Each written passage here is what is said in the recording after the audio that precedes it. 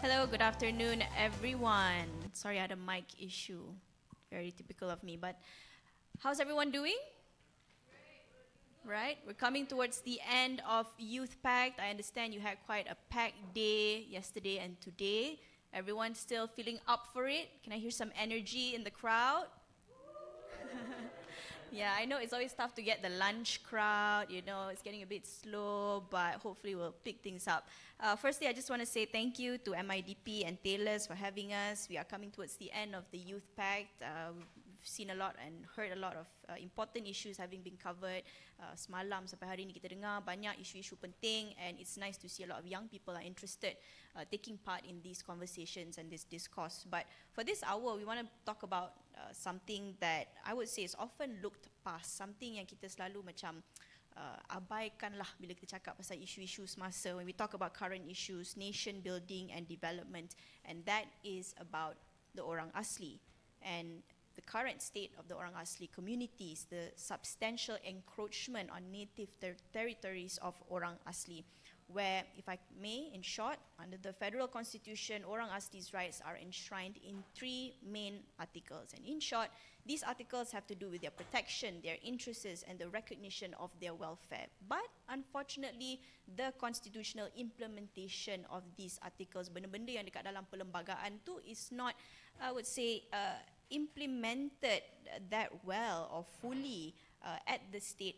level, and in particular the issue of land rights, which remain a critical and unresolved issue at times, conflicting with commercial interests. So that's the kind of thing that we want to be talking about. We want to hear from the panelists on how challenges, obstacles faced by Orang Asli still remain to this day, perhaps in some way have taken in new forms, contemporary forms, and how other communities can be empowered to advocate for the rights of Orang Asli, like you guys being here today. And how, maybe this all just boils down to just political will, really. All it takes is just to flick a switch and make things better. So, as you can see, we have a lineup of great panelists here to talk about this. But before we start and before I introduce them, I just want to go over some of the house rules. We would like for every session to be a safe space for intellectual discourse. This does not mean that no one is allowed to disagree with each other, but it means that you are expected to be respectful. And if you like to reproduce any of the sharing by the speakers, please do so responsibly. Avoid misquoting or taking them out of context. For sharing from members of the audience specifically, Chatham House rules apply, which means that you are free to use the information and experiences shared, but please do not reveal their identity. Keep your mobile phones on silent throughout the session. You are not allowed to record the session. We have the live stream going on. However, you may take short clips for the IG story and whatever social media purposes.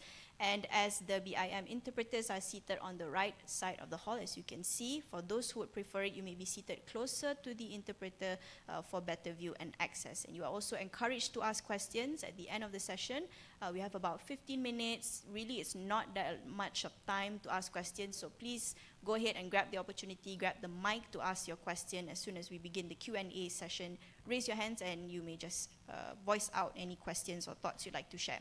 So, with me today, we have Mr. Gerald, Director of Komas. We have Eliana, Program Coordinator of Apa Kata Wanita Orang Asli, Amani Williams Hunt, Semai Leader and Advocate, or Bahtoni, and Johnson, Co-Founder and Group CEO of Epic Collective. Unfortunately, Dr. Colin is not able to join us today. He's not feeling well. He's under the weather, but I'm sure our line of panelists today will be able to explain very thoroughly everything that you need to know about Orang Asli and what challenges they face today. So I think that's where I want to start with this session. I want to, understand actually from the past few years up to today, what are actually the most persistent and remaining issues. Bahtoni, if we can start with you. If we can understand and have an overview, apa sebenarnya masalah-masalah yang dihadapi komuniti Orang Asli dulu sampailah sekarang, what issues remain and what progress have we seen or lack thereof? Okay, thank you very much. First of all, thank you for inviting me to be in today's session. Yeah, I'm most happy, most delighted, to share my experiences and whatever I know, about the Orang Asli. I'm an Orang Asli myself, and I have been involved in Orang Asli struggle for so many years, I think about 30 years ago, since 30 years ago. Okay, well, I'm sure as many of you would know, one of the main or crucial issues, faced by Orang Asli is in regards to land right.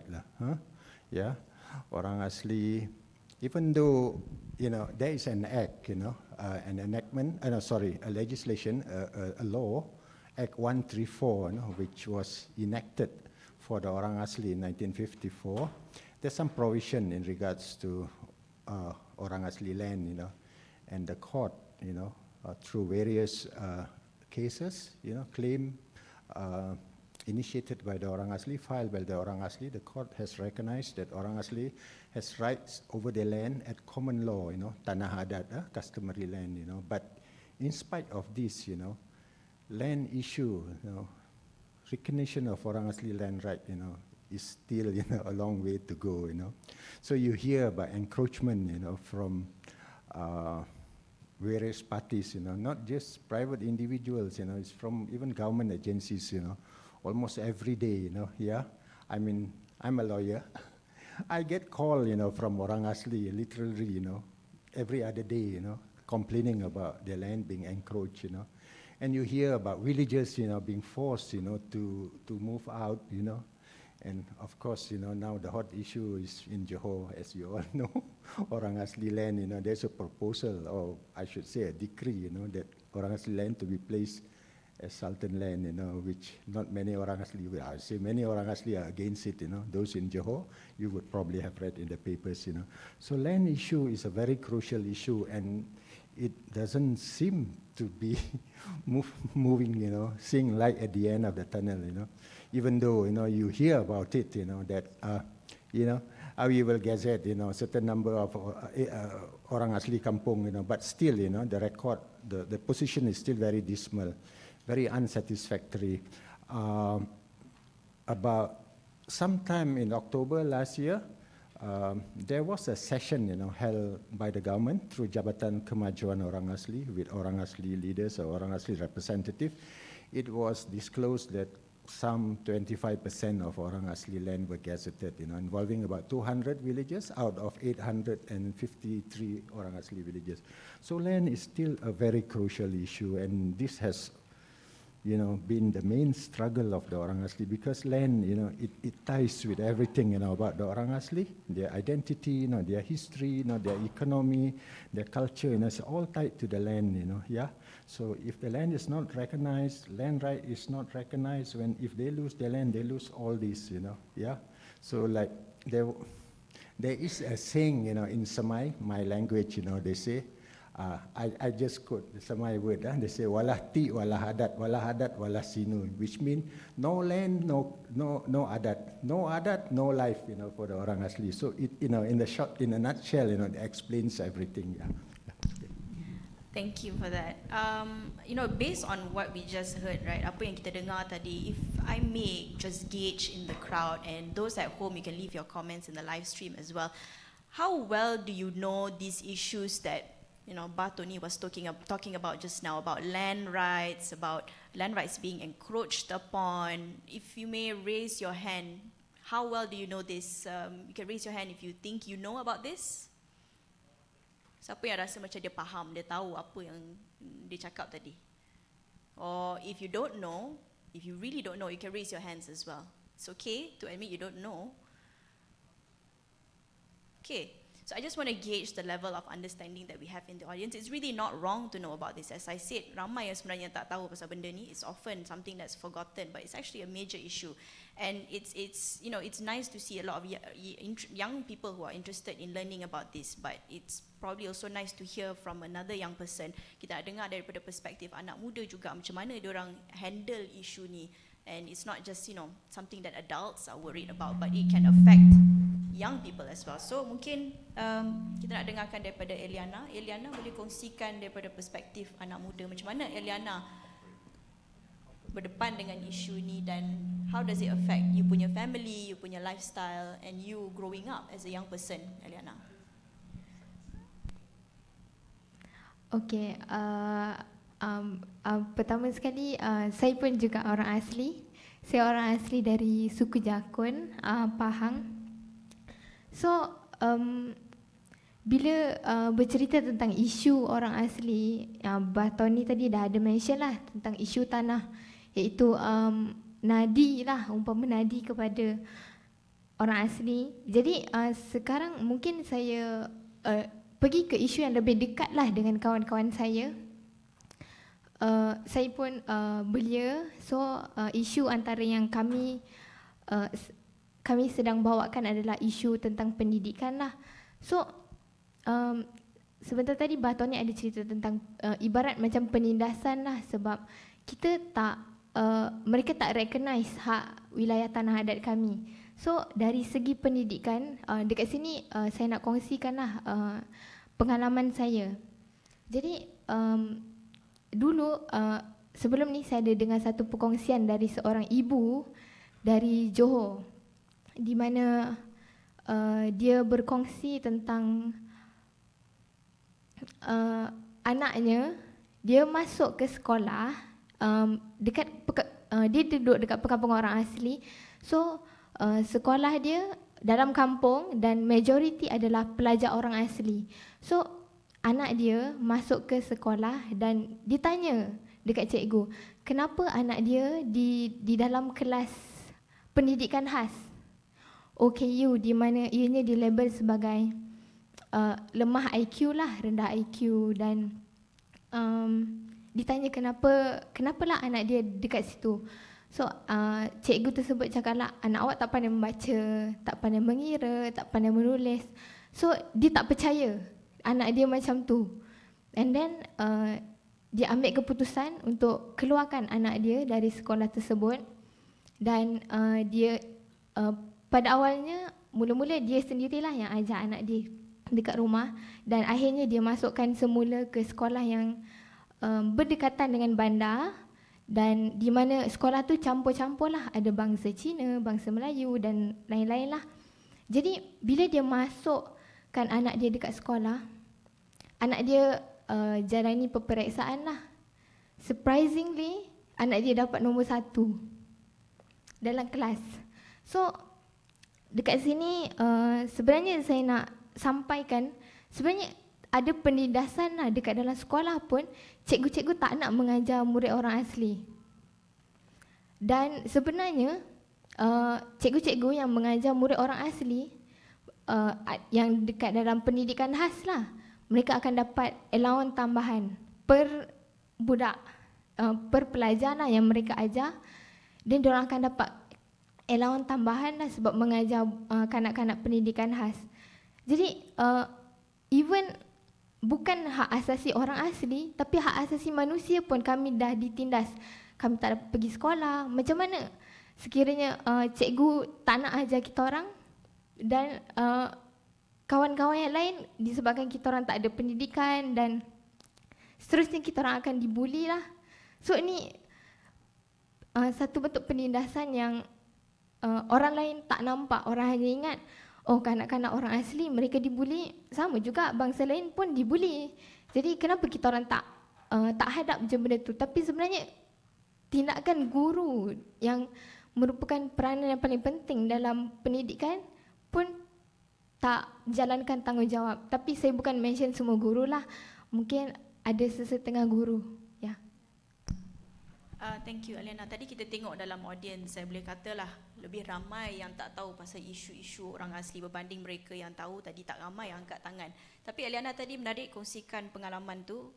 Bagi Aliana, apa yang orang selalu salah faham atau salah tanggap pasal komuniti orang asli?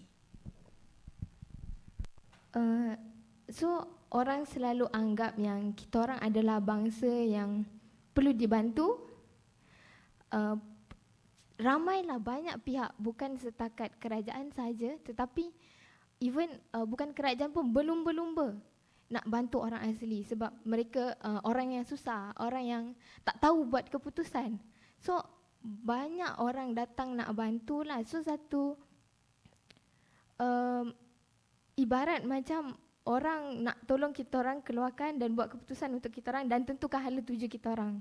Tapi kita orang pun manusia, kita orang pun bangsa Malaysia, kita orang tahu nak buat keputusan, tahu apa yang terbaik untuk even bermula dari keluarga. Kami tahulah bermula dari keluarga, kami tahu apa keputusan yang terbaik. Dan ya, tu. Thank you so much for that. I think, yeah.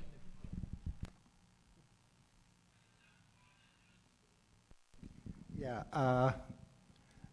salah faham berkenaan dengan orang asli, ya. Actually, the perception, I'm sorry to say this lah, not all lah, yeah, but the general perception is orang asli are backward, yeah, backward, you know, they are incapable, you know, they don't have the skill. And in the past, you know, one of the most serious allegation is orang asli do not want progress or development, you know, yeah. So no point helping them, you know, it's just wasting time, you know, yeah.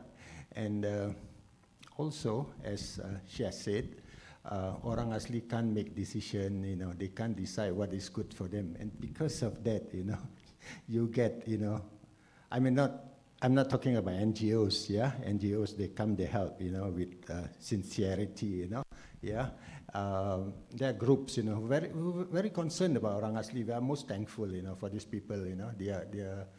They don't have any self-interest, you know. It's all for the benefits of the orang asli. But there are certain parties, you know, including the state, you know, they say, you know, it's us, you know, who can decide for the orang asli, you know. They say, what we decide for the orang asli is good for the orang asli, even though that is not necessarily so.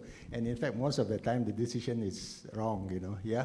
So they just ignore, you know, they just could not be concerned, you know, about, you all, you know, okay, let me say, there is a convention, you know, international convention called United Declaration, United Declaration Rights of the Indigenous People, you know. Two of the main pillars, you know, of that declaration is self-determination and free prior informed consent, you know. That anything, you know, that is to be implemented for the orang asli, you know, be it policy or project, you know, it has to be done with the consent of the orang asli, and the orang asli has the right to decide, you know. But these are being ignored, you know, because they think orang asli are not capable, you know, of deciding for themselves, you know. So this is actually the main problem, you know.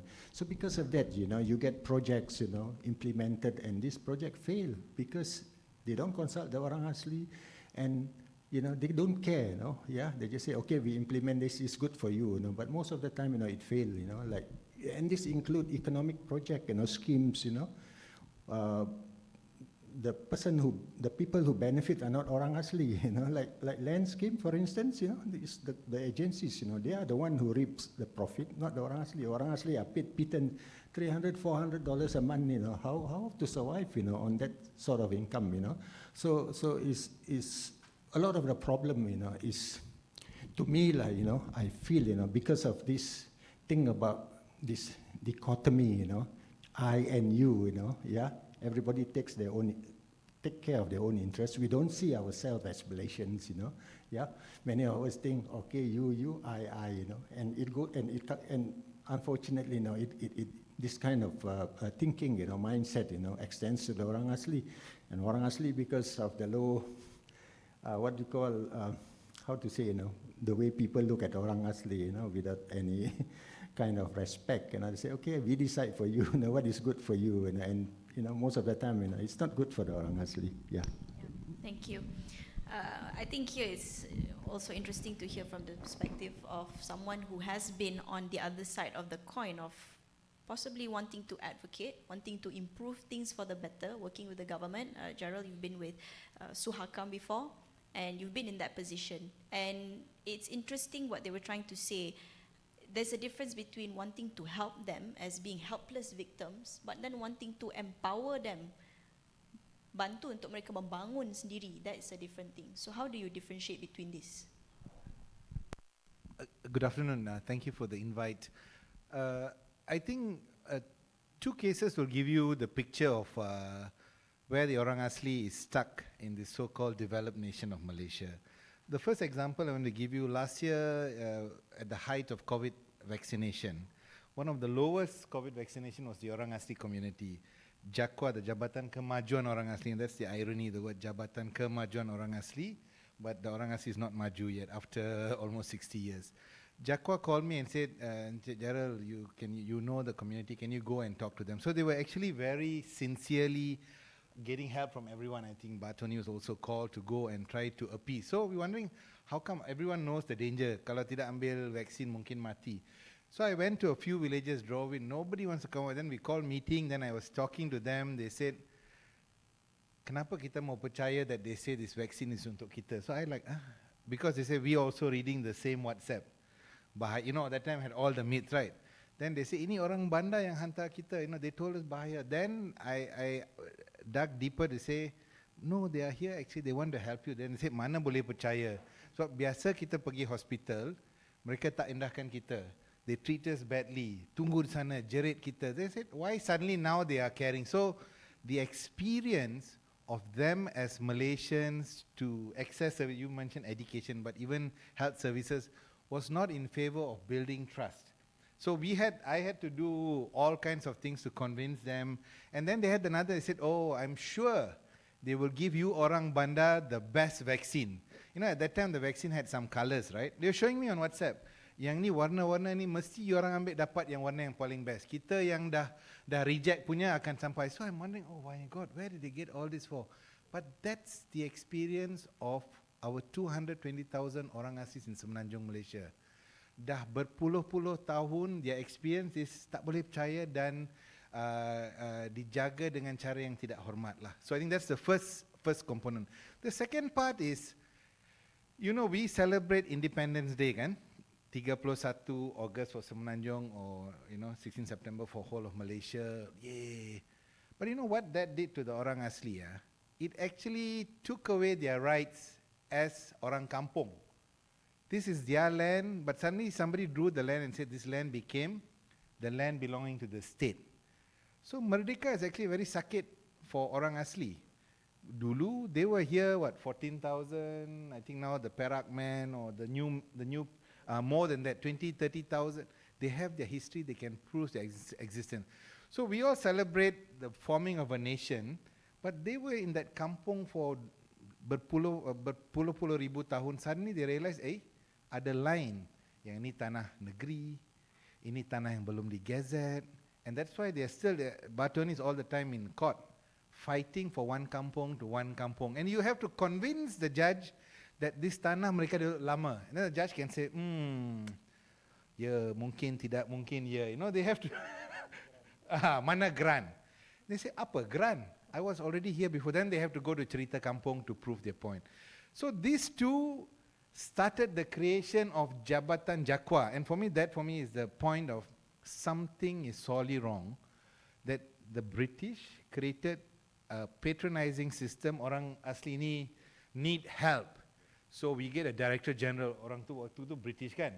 Now not a British, for the most time it was a Malay leader, to jaga kepentingan Orang Asli. And you know what's the irony? That you and I, walaupun saya kenal Batoni, technically if I want to go to his kampung, the Director General of Jakwa can stop me. He said, I need to get permission from Ketua Pengarah Jakwa untuk masuk ke kampung Batoni. Walhal tu kampung Batoni.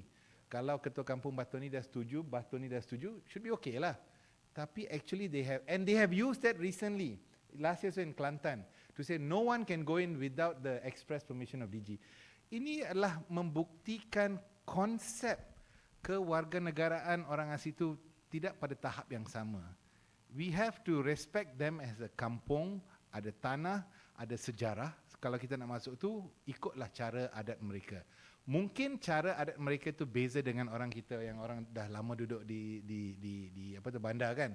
Kita happy dapat satu rumah banglo is like the wow, you dah kaya kan.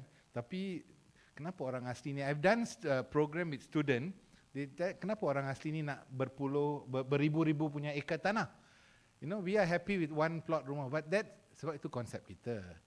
We have no right to impose our notion of our lifestyle terhadap Orang Asli. Inilah the clash sekarang. And then we mengharapkan kerajaan, as you started off by saying, it's the political will. You're right. Kalau nak tu boleh buat lah. Just allow them this land to defend the land. And now dalam satu lagi yang baru ni, keprihatinan kepada alam sekitar. climate change. For me, if we are serious about climate change, give them the land rights because they're going to defend the forest, and that will make our work so much easier. Kenapa tidak? Thank you. Thank you. I think we learned a lot from that. But talking about that level of distrust, right? Vaccine pun tak nak percaya because yelah suddenly you nak tolong. Well, where is that all that help and that trust before that? So building that trust, fostering that trust takes a lot of effort, takes a lot of time, takes a lot of honest communication and honest reflection on our position and what we have done. Johnson, you are also in that position of being in the civil society, trying to empower, trying to advocate, but also trying to tip the balance, toward the balance between helping what is deemed as often helpless victims, but really actually just trying to empower them. How do you find that balance is one, and also building that kind of trust with Orang Asli communities. Yeah, so I'm not an Orang Asli, Suga Orang Asli. And I think a lot of things has been said by my fellow panelists over here, in terms of the resilience, the capabilities, the history of the Orang Asli people. I think that's really underappreciated. But it's no surprise, I suppose, based on how the country has developed, and if you look at the composition of the Orang Asli, and as well as the geographical location, and also the population of Orang Asli, where I think we're talking about the last census was done maybe about 2-3 years ago, about 210,000 or so Orang Asli in Peninsula, and that makes up 0.6% of the entire Semenanjung population. What is my point there? I think my point there is that I think when you think of it from the perspective of policymakers or politicians, you're not very motivated to oversee the rights and the needs and the issues of this group. So naturally, a lot of these things, I suppose, deprioritized as well. And so, does that mean that there is no value? I think there is tremendous value. In fact, I think as mentioned by Gerald and the rest of the panelists over here, thousands of years, berpuluh-puluh ribu Orang Asli people have been here on this land, being able to optimize the resources while making sure that things are sustainable. Unfortunately, these knowledge are not available to most people. I think whatever that's been said over here, I think I like to think of it as a representation of what the status quo right now is. But it doesn't have to stay this way, And I think there are, so I work with many curious fellow Malaysians who perhaps have heard of the Orang Asli. Tak kisahlah, whether in what way, whether it's a way that puts them down or, that elevates them, but at least it sparked a curiosity. And a lot of times, you can only get a picture of what the community is like.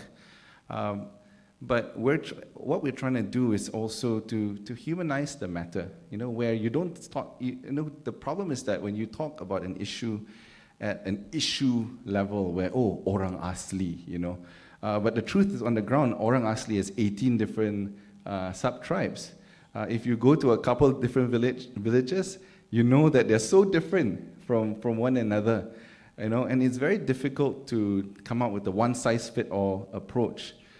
So what is important really, I think it's the need to connect on a people-to-people level to build relationships so that trust can be built or rebuilt, perhaps in many cases, and also where dignity can be upheld, where the Orang Asli people are given a chance to express their creativity, their ingenuity, and the aspirations that they have for their own people, you know, and I think that's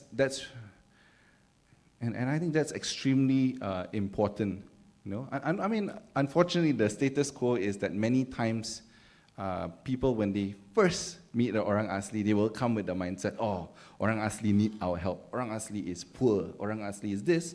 We can't do anything about how people think. But I think we can change their mindset through the process as well. Of course, by the work and the stories that are being told here as well. Yeah. So I think some of the things that perhaps needs to change is this need to appreciate the ideas of the Orang Asli community themselves first, before imposing and thinking what we think is best would work for them.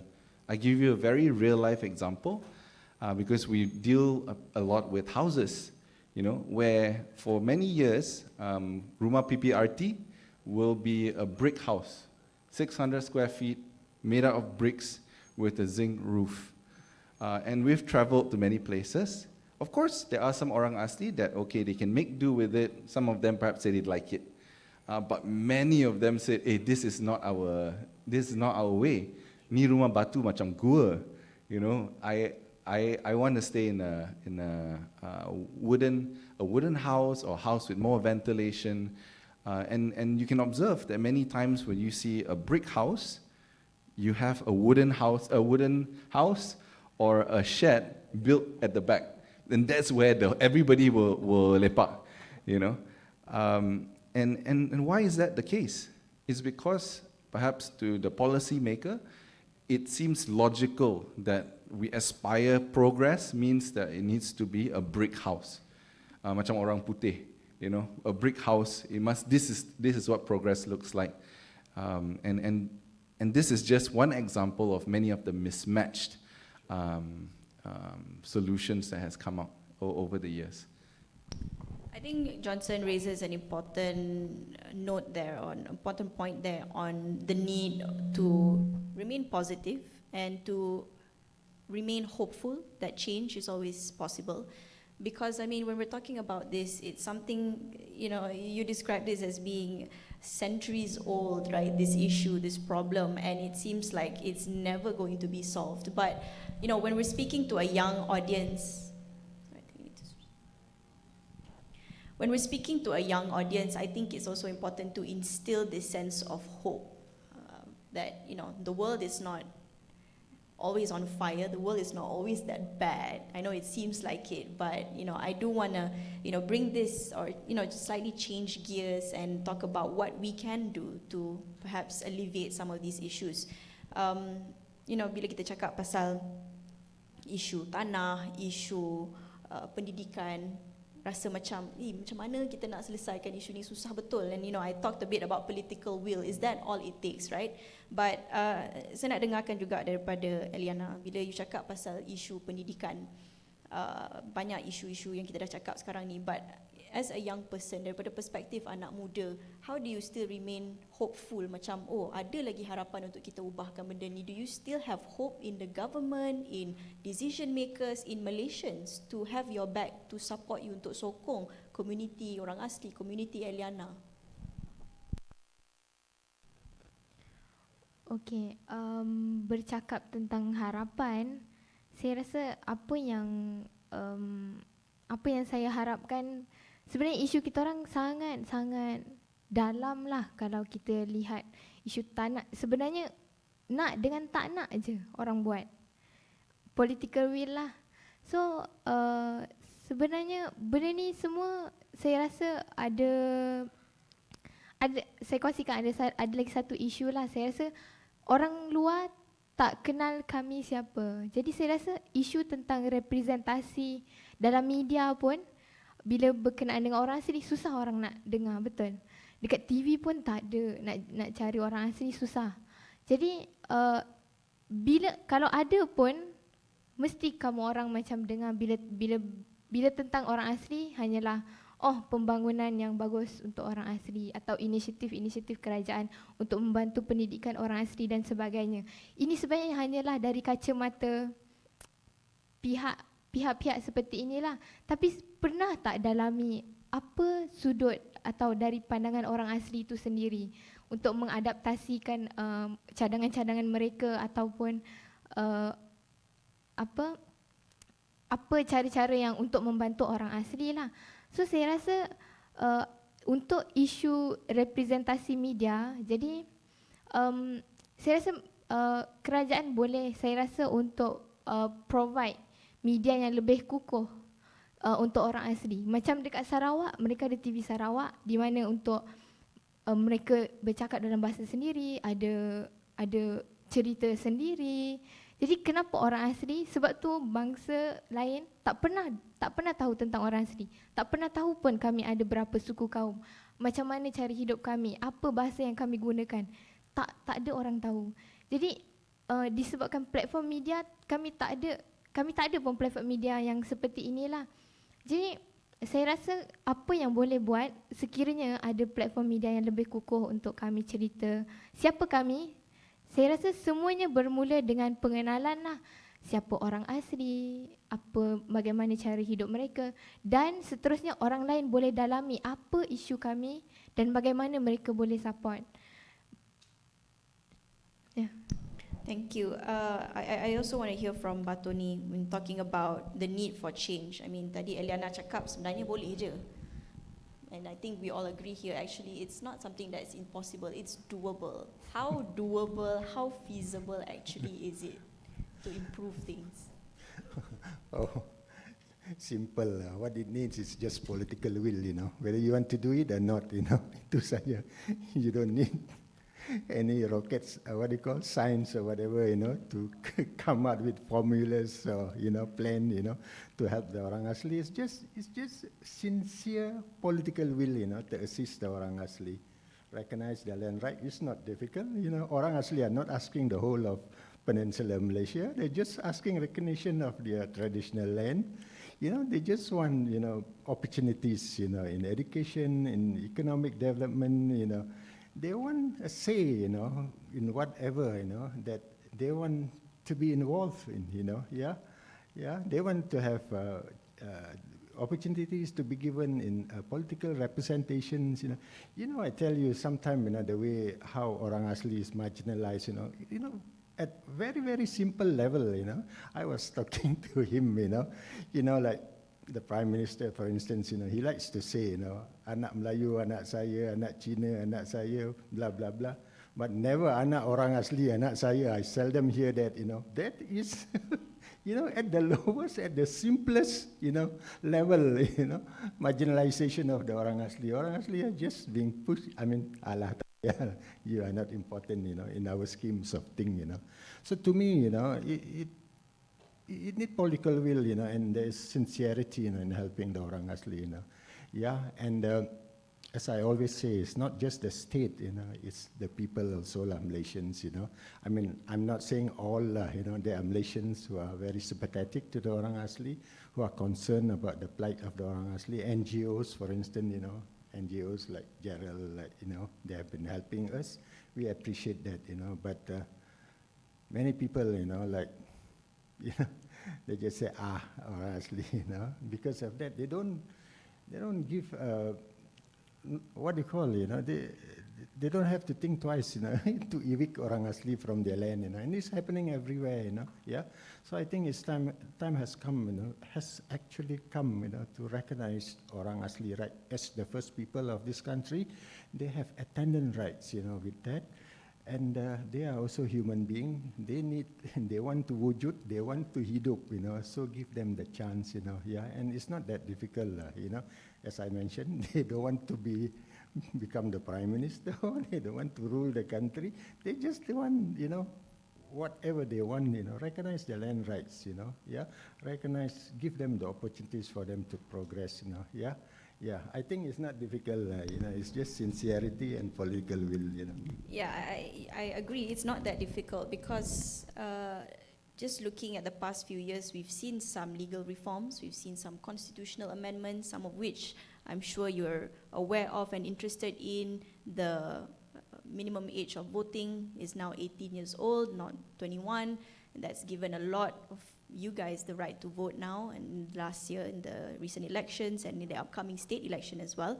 So we've seen that. We've seen some other legal reforms, mandatory death sentences now as well. So it actually is doable. I mean, I want to hear from Gerald as well. I mean, you work with the government, you work with government agencies and ministries, you know how politicians think like, you know, to a lot of us that seen something yang macam unattainable, susah kita nak access dekat diorang ni, but you have been, you know, in these high level meetings, in decision making settings, so sebenarnya boleh ke tak? So I think one example, Suhakam did a national inquiry on land rights in 2013. There's a report, the first actually in the world, broad-based consultation on all. Orang Asli, whenever we mention Orang Asli, is indigenous person of Semenanjung, Malaysia. Then the indigenous of Sabah, Sarawak, they have their own different terminology, Orang Asal. So that report says the government is supposed to ambil 18 syur. The cabinet at that time, I think cabinet under Najib said that, okay, kita setuju 17 syur lah. So one, they didn't agree to set up a national commission on land, right?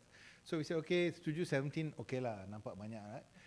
Then they set up a cabinet committee chaired by the Deputy Prime Minister, that was Zahid Hamidi. So he had his first meeting. Then when I went into Suhakam, 6 years no meeting, because the cabinet task force is chaired by the DPM, and the DPM chairs many cabinet task force. So after one meeting, second meeting never happened. So we were kept asking what's the progress, because all that has issues of legal reform, education reform, land alienation, which is state power, banyak lah. Then so happened a Director General of BAYU, Bahagian Hal Ehwal Undang-Undang Jabatan Perdana Menteri, a woman who came in about 2 years ago, she said, why are we waiting, nothing is happening? And she was good. She said, okay, the first cabinet meeting agreed to pursue 6 of the recommendations. Let's work on the 6. Suddenly there was, for 1 year, we had many meetings on trying to move this forward, no? Doing land mapping, doing a study. So I said, then, but she was moved, and then again it became silent. So the question on agreements by the government, of course there are problems, because land is a state government matter. So the federal minister, he can say, saya sokong, but after that he has to go to the chief minister and sultan to get all those agreements. So that's where it becomes problematic. But I'm saying that it seems like many agreements is a tick box, but the implementation not happen. The Akta Orang Asli, 1954, numerous proposal for amendment from the Orang Asli community, from Suhakam, from the NGOs. We met Minister Wedamurti 2 kali. Buat semua cadangan, lawyers, but we submitted everything. Then no one to follow up. So there's a lot of disjoint, policy disjoint from government to government. It's always you have to like pick up the file again and book up file as similar. So I'm not sure why is it difficult for policy for 220,000 people. Walhal, issue hak reserve Melayu is so well managed, which means the government has a notion on how to manage lands very well.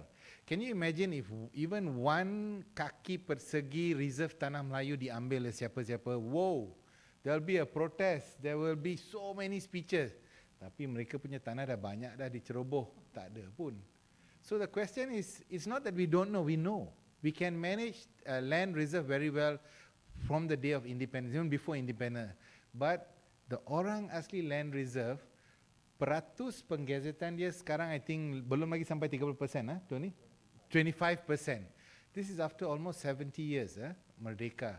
There's only 25% that gazette. Meaning if they don't have the title agreement by state government, mereka masih lagi macam tenant at will lah. Dia tunggu kalau kerajaan tu baik, kalau tomorrow the state government will agree this is going to have a development. Then Tony's kampung or Iliana's kampung will one day find a signboard saying this tapak akan ada pembangunan, ada akan, then that's the first day they will realize this has been in discussion 1 year ago. The question is, as a Malaysian yang terkesan oleh keputusan-keputusan pembangunan, kenapakah tidak perbincangan the word free, prior, informed consent be part of the procedures for engaging Orang Asli. Orang Aslis, for me, they don't need your help to make decision. They know what they want. They're very clear about the development framework. They're not saying, hey, keep us poor. No. And a few days ago, we were at some Orang Asli, a big forum in UKM, and I heard the speeches, closing speeches, overly romanticized about Orang Asli. Oh, you know, we have to tolong them. You know, they are not people who don't want, you know, they are not business people. Actually, it's all wrong. They're good business people. They are planting oil palm, durian trees, tapi peluang untuk tanah tu dalam tangan mereka tak terjamin. It's always one day, this boleh cancel. And this is why there are so many fronts. Satu, pendidikan, perumahan, kesihatan, tanah mereka tak terjamin. Then even menghormati adat resam, cara hidup, keagamaan mereka masih lagi tidak terjamin. Recently there was a court case, 137 batik people who went to court to say we were forced to change our agama to Islam. How come? And then our Deputy Prime Minister Zahid said, hey, Islam doesn't allow paksaan, kan? That is part of the fabric of Islam. Tapi dilakukan. So siapakah yang membenarkan pegawai-pegawai kerajaan, jabatan-jabatan Islam tu masuk untuk mengislamkan orang asli atau siapa-siapa tanpa izin diri mereka? I think this is a big question. Adakah kita anggap mereka ini macam tidak ada keyakinan diri untuk membuat keputusan sendiri, dan keputusan itu diambil di pejabat-pejabat di Ipoh ke Kuala Lumpur ke Kuantan? I think it's time we stop outside deciding for the inside, because they are capable and they can decide for themselves. Thank you. To add, you know, something to what Gerald has said about the conversion, you know what happened? The Orang Asli in Ulu Perak, the Jahai, you know, they don't have IC, you know, and then JPN and with Jakwa, they get a group of them, you know, collected their names, blah, blah, blah, to do their IC, you know. When they come back, you know, in their IC they are stated as Islam, Muslim, you know, even though they are not Islam, you know. So they are converted through their IC, you know, not through them. You know. This is what has happened, you know. Yeah, I'm just telling you how, you know, people are so, how to say, they just, you know, simply no respect for Orang Asli, you know, for sensitivity of Orang Asli, for what the Orang Asli want, you know. They just don't care, you know. They think, you know, we do for the, you know. But if they do it, something that is good is okay, lah, you know. But most of the time, you know, as I mentioned, you know, a lot of it, you know, is not to the liking of the Orang Asli, and is not good for the Orang Asli community. Yeah.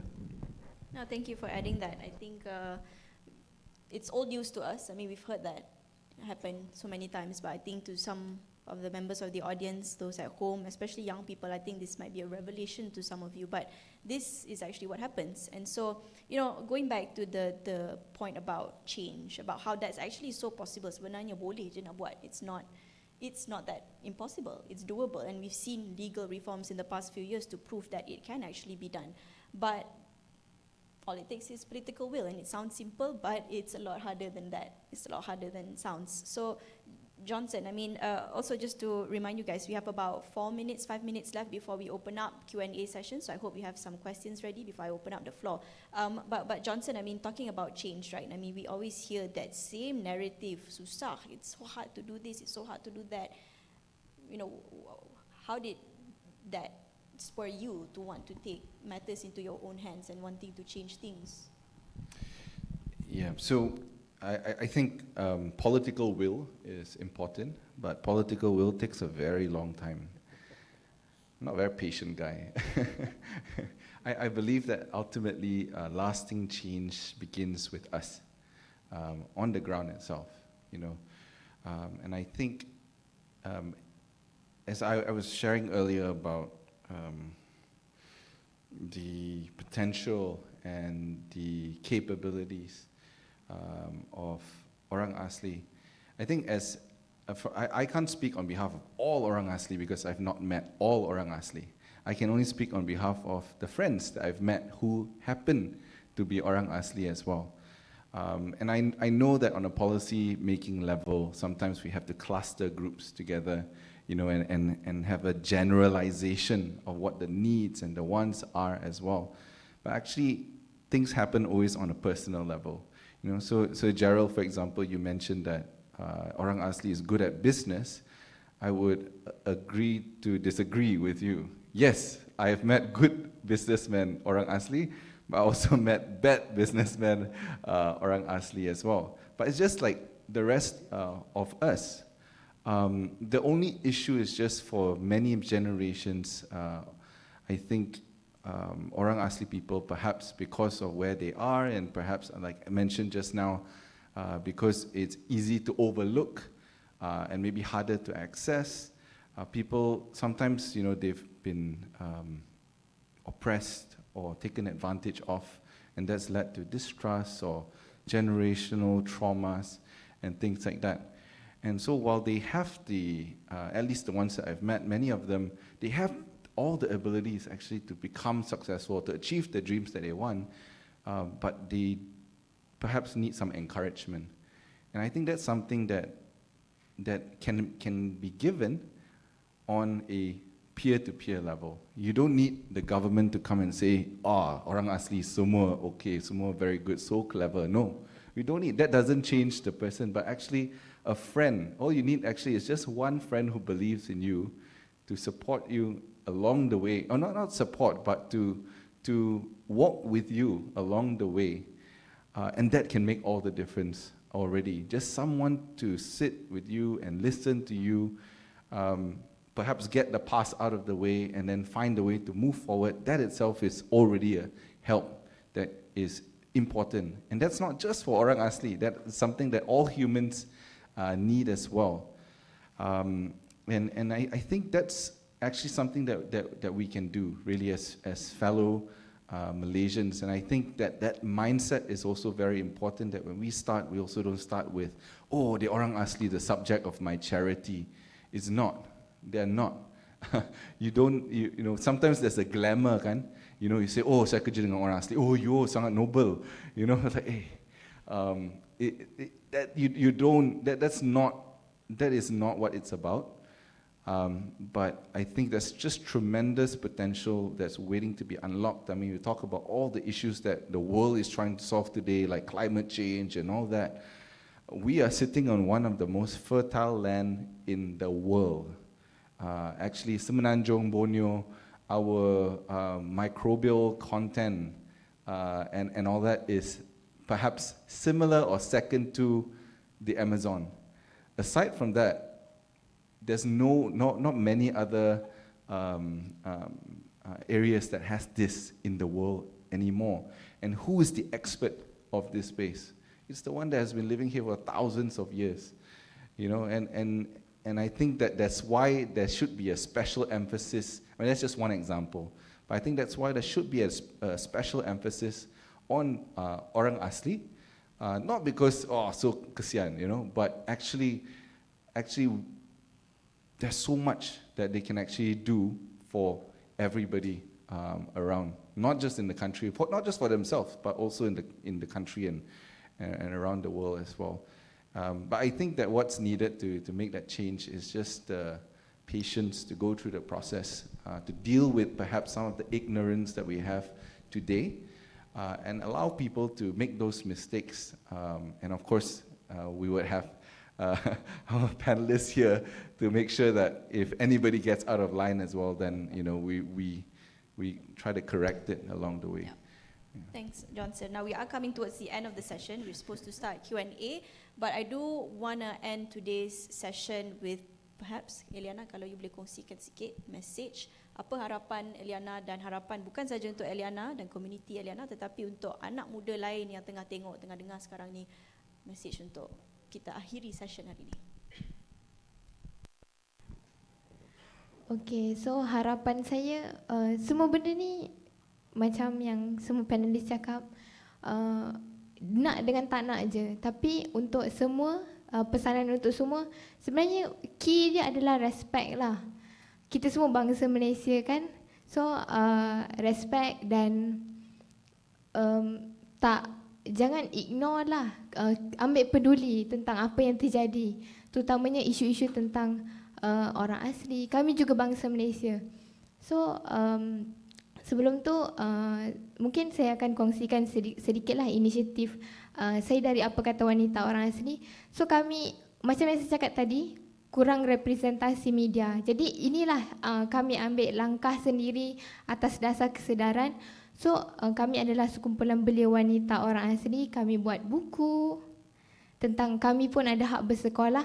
Jadi kami juga produce 3 filem pendek dan kami ada YouTube channel sendiri di mana di situ tempat kami dokumentasikan pelbagai suku kaum orang asli yang mempunyai identiti, budaya, masakan, bahasa kami. Jadi sebab kalau bukan kami siapa lagi kan, takkan kami nak tunggu orang lain yang dokumentasikan. So kami ini inisiatif sendirilah untuk buat sesuatu. Thank you so much. Terima kasih, Eliana. Can we have a round of applause for all our panelists today for such great sharing, such great insights. I think we all managed to learn a lot. So, to cut things short, if we can start the Q&A session. I know you guys have a lot of interesting questions, or I hope you guys have a lot of questions. Banyak yang kita belajar. It might be quite a lot of new things that we learn. So, it's a lot of information to take in all at once. And while we have the opportunity to ask such great panelists, subject matter experts on this issue, I hope you guys have questions to ask. Hi, I'm Nura. I'm part of the MIDP. Since no one's asking a question, I'll just ask. Okay. So I'm actually very interested. Today we talked about land quite a lot, but I come from the education field, so I want to ask a little bit about that. So one of my experiences is that I worked with ASDAF. So it's an asrama where the Orang Asli students are placed and then they are put into schools around KL. But from my talks with them, the discussion with them, they don't really like it. So, they feel even more left behind and whatnot. So my question is, what are your comments on that? And is there something that we should do to support these Orang Asli kids, students in the education field? Aliana, would you want to jawab? Have some thoughts on that? So bercakap tentang pendekatan lah dengan kanak-kanak orang asli kan. Sebenarnya mereka juga sama lah seperti kanak-kanak yang lain. Cuma macam isu yang saya bawakan tadi, saya ada initiate satu kelas lah di dalam komuniti saya. Saya bermula dengan kampung saya sendiri. So saya buka kelas ada sebelum ni lah. So sebenarnya ada satu students, ada satu kanak-kanak orang asli. Ada satu hari tu seorang ibu lah, dia datang kat saya. Dia cakap dia sakit kepala. Dia kata dia tengok anak dia yang umur 12 tahun dah 2 hari tak nak pergi sekolah. So dia setiap malam 2 malam yang dia tak pergi sekolah tu, bilik dia terbuka lampu, penuh buku dekat lantai. So dia tanya, kenapa dengan kamu ni? Ada masalah ke? Lepas tu dia cakap dia tak boleh, dia takut nak pergi sekolah selagi dia tak siap kerja sekolah ni. Kalau tak, dia kena 6 kali pusing padang, kena denda. So macam bagi saya persekitaran sekolah yang membuatkan mereka, anak-anak orang asli, diorang tak takut sama ada dengan cikgu ataupun pendekatan lah, cara pendekatan cikgu tersebut. Jadi malam tu saya ajar budak tu, dia tak tahu pun even simbol sama dengan, bahagi, per, tak tahu. So saya ajar, saya tunjuk contoh satu je soalan, dan soalan kedua, 3, 4 dia buat sendiri. So nampak tak, diorang sebenarnya bijak, sangat pandai, cuma pendekatan yang digunakan tu oleh warga pendidik dengan kanak-kanak orang asli sangat berbeza. Dan sebenarnya boleh lakukan sesuatu lah, cuma nak dengan tak nak. Ya, hatilah, dengan hati yang betul. Kalau ada passion nak bantu kanak-kanak orang asli berjaya, dan sebenarnya boleh. fahami mereka lah, isu mereka. Tak pun belajar macam mana cara mereka hidup dekat rumah, selalu tanya khabar dan sebagainya. Thank you. Actually bila kita cakap pasal minat budak sekolah kan, actually I pun boleh relate. I rasa kalau I budak tu pun pergi sekolah, bawa keluar dari kampung, nak kena belajar kat sekolah lain pun susah. You know, I mean, I as a kid, I didn't like to do my homework as well. So I think it goes the same for all. I think it just matters on your approach. It depends on how you approach, you know, the subject and how you present that certain subject. If you want to present it in an interesting way. Sorry, just yeah, please add on. Berkenaan yang ni budak tu di tempat di asrama ke? Umur muda lagi? Sekolah menengah. Sebab kebanyakan orang asli ni kan, like in Perak, for instance, you know, yang kampung jauh-jauh tu, most of them placed dekat hostel lah, ya, sebab nak berulang tu jauh sangat, you know. Kadang-kadang actually kalau budak sekolah menengah tu not that bad lah, you know. Yang masalah ni dengan budak yang sekolah rendah, you know, yang umur kadang-kadang umur seawal 7 tahun pun dah diletakkan di asrama. Jadi dia orang rindu mak bapak dan itu ini kan. Tambah lagi di sekolah di asrama tu penjagaan dari segi guru tu kan tegas sangat kan. Ya, dia orang tak tahan, they cannot take it, you know. In fact kalau semua ingat kes di Kelantan kan yang Pustohoi kan, strict sangat, you know, dia orang lari sehingga mati berapa orang kan yang kes macam tu kan. So the approach tu, you know, it has to be apa tu, the touch ibu bapa tu kena disematkan juga dengan penjaga itulah, ya. Dan bagi sekolah menengah tu kadang-kadang environment tu lah juga kan, you know, as she said, you know, understand, you know, the orang asli tu value dia kadang-kadang apa tu pendekatan dia orang, dia worldview tu kadang-kadang ada perbezaan sedikit. So kalau kita faham, kita adjust kan, ya, kita ni boleh. Ramai orang asli, I mean like in Perak for instance, you know, banyak duduk di asrama dan dia orang berjaya, ya, dia orang berjaya sampai universiti, ada PhD pun dah berapa orang kan. Can be done, you know, it's just the approach lah, you know, understand them, approach and try to talk to them lah, be friend to them lah, jangan jadi macam askar, you know, mengarah saja, itu susah sikit lah, ya, okay. Thank you. I believe we have another question. We have a few questions. If we can start with the gentleman in the white shirt. Yeah. So for the Orang Asli community, there's a lot of stories of land grabbing by the federal or state government. Could you two Amini and Miss Emilia, give more details on how the process looks like? Because even though there are laws that protect the rights of Orang Asli and equal right of reimbursement if your land is taken away, but I feel like in practice this compensation is not adequate or hasn't even been given. Sorry. Yeah, we couldn't really hear the first part of the question. I believe it's to do with so taking action, I believe. For the process of, if the state government takes your land, there's supposed to be compensation under the law. But I feel like in practice, this compensation does not exist or is inadequate, and it's even unfair treatment towards the people who asked for such assistance. Could Mr. Amini and Miss Alina illustrate that experience? Thank you. I believe the question is, I believe Batoni is the right person to answer for that because you go to court every other day to handle these issues. So maybe you can clarify on the process. Okay. You know, as I mentioned earlier, you know, there is an act, you know, called Aboriginal Peoples Act. In the act, this provided that compensation has to be paid, you know, to Orang Asli if their land is taken. But in the act, you know, the act only provides for payment of compensation to for trees, you know, like rubber trees, you know, fruit trees, you know, not the land itself, you know. If they want to ask for compensation for land, they have to take their case to court, you know.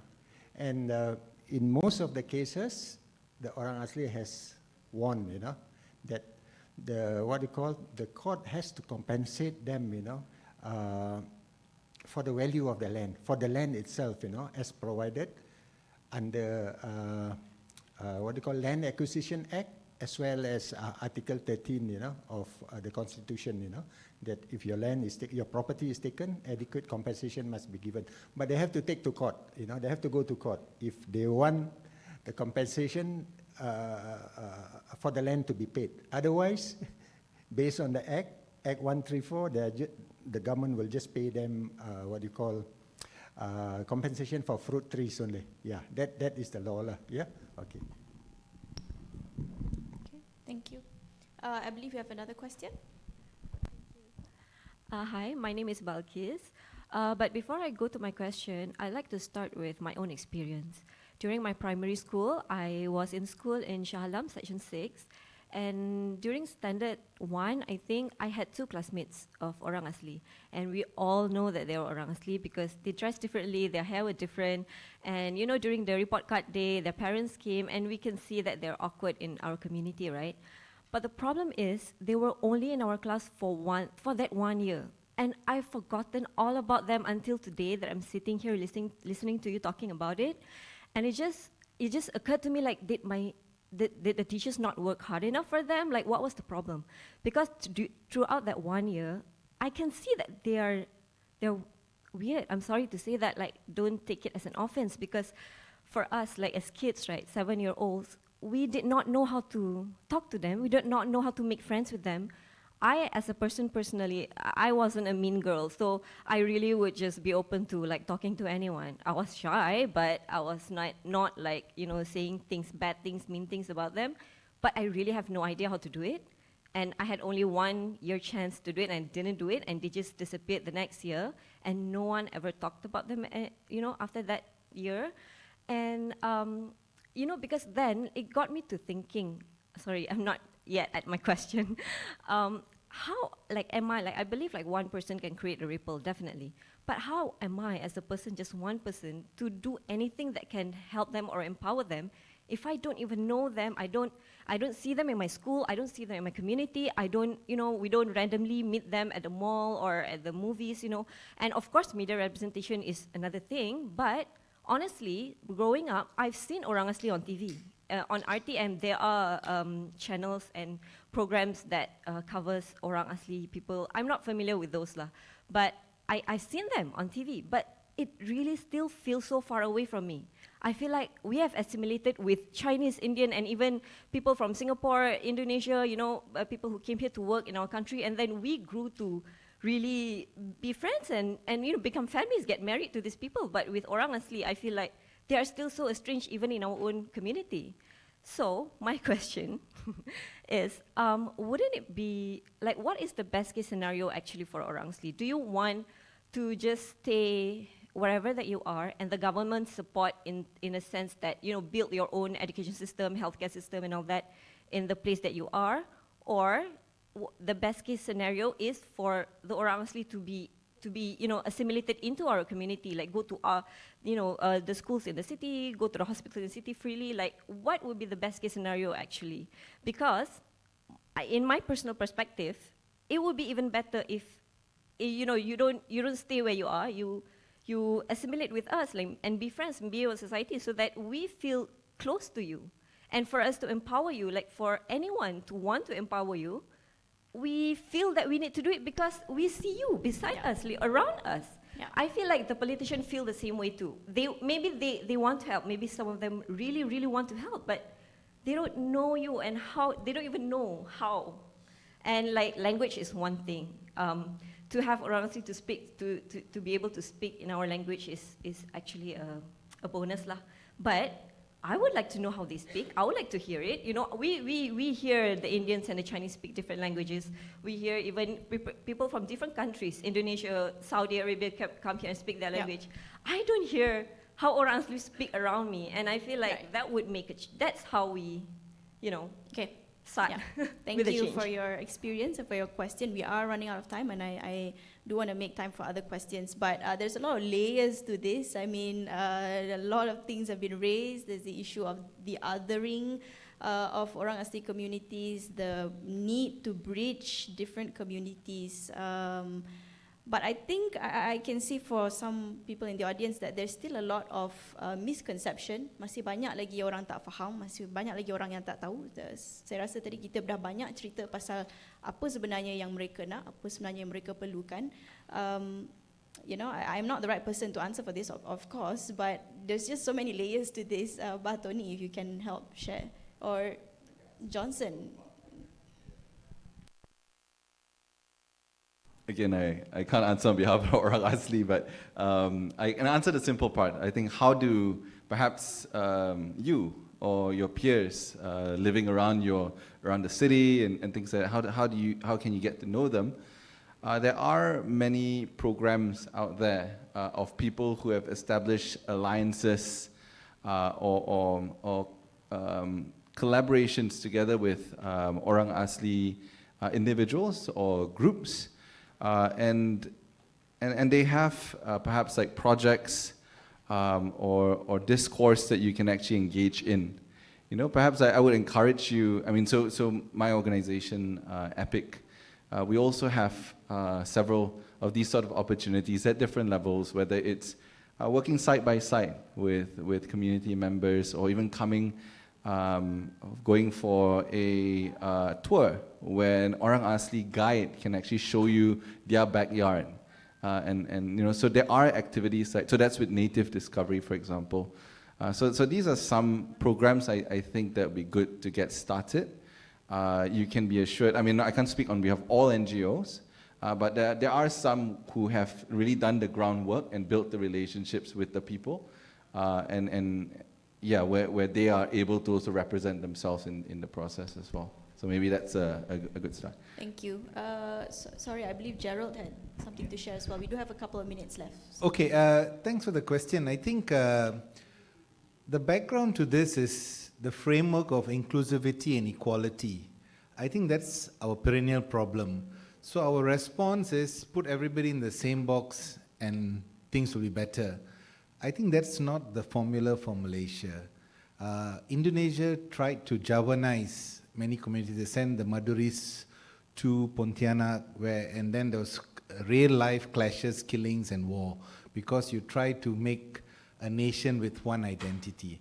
For me, that's a no, and I think the marginalized Bumiputera, the title of this also is troublesome, because the concept Bumiputera is also a divisive framework. So within that framework is another division. So the question is that if you and I don't understand them, that's fine. We will never understand all of you here. I don't know your communities, what food you like, but I respect you because you're a human being. I'm interested. As long as you're interested, that's fine. But as long as you can feel that because you're different, you don't have to follow my way. The problem in our framework of governance is that the majority tries to decide for the minority, the power of control over. So state governments actually know what an Orang Asli is, but this is actually an unmentioned question about control on land, on the wealth of who holds the land. So why give Orang Asli 1,000 acres of community land? Because finally, the government will get more money if I give it to a plantation owner, or I give it for timber concessions. So it's a money question, it's a greed question, it's not about not understanding. So I think it's time we change that framework to try to tell that, oh, you assimilate. And the word assimilate for me is the most dangerous. Once we get into that, and we've tried, I gave you the example of, and Tony gave you the example of the ISIS finding themselves as Islam, because the notion of assimilation, in 1990s, there was a cultural assimilation policy, secret document was made known, of the Jabat Jakwa having a plan to Islamize the Orang Aslis because of the concept of assimilation. They thought that the sister neighborhood between Kampung Melayu and Kampung Asli meant we all satu kampung. I think this notion of satu kampung is satu kampung yang kita menghormati. Kita faham orang tu makan dia lain tapi masih lagi orang Malaysia. The concept of we are different but yet neighbors, I think is a good question. I think your point is, just because we don't know them, and many people don't know, and this is a question not about Orang Aslis. Kelantanis, Terengganos have hardly any Chinese, Indians, or other ethnic minorities. Does that mean they have power to decide for how others in Malaysia should exist? We've not met a Sabahan and Sarawak. Does that mean we have powers to decide for others? I think this is a fight against racism. And that's why I think we need to call it out, and we need to tell many Malaysians that you don't have a right over the others just because their voice is small. And this is not just for Orang Aslis. It's a national disease, a national problem. Thank you. Thank you, and I think we should end on that note. I'm sorry we don't have time for another question. I believe we are running towards the end already, but if the panelists are fine, are you okay with some members of the audience to come up to you if they have questions or reach out to you? You may come up to them, come to me if you have any questions. We're happy to receive questions. Yes. Yes. Yes, Eliana also has a YouTube channel. If you'd like to plug towards the end of our session. Okay, thank you. Yeah. Untuk sesiapa yang nak lebih kenal orang asli, so macam yang saya cakap tadi, kami ada di social media, kami ada YouTube channel. Dekat situ ada pelbagai suku kaum orang asli. Kamu boleh pelajari bahasa mereka, cara hidup mereka dan sebagainya. So just follow dan subscribe lah YouTube channel kami. Follow, like and subscribe. Yeah, follow, like and subscribe. Thank you. Yes, thank you so much. Thank you for your question. I believe that is the perfect platform to get to know them as you'd like. I appreciate the curiosity that you have, and I appreciate the safe space that we have created today in this hall. I hope that we were able to learn a lot. I learned a lot, and I hope that what we can take out of this is to begin with at a place of empathy and sympathy and understanding, respect and honesty. I mean, it seems so cliche, but really all it takes is that, and then you realize that change is actually so possible, so feasible and doable. Boleh sebenarnya, nak atau tak nak. I think that's what we can take out of today. And plenty more that we like to share, but that is all the time that we have today. That is also the final session of Youth Pact. I'd like to personally say thank you so much to the organizers and everyone who has been able to attend and participate in this important discourse. Thank you so much for, in your own ways, trying to make this place a better place in our own ways. So thank you so much once again. Thanks for saving the best for the last, for the session of Youth Pact. I'd like to pass on to M. Thank you.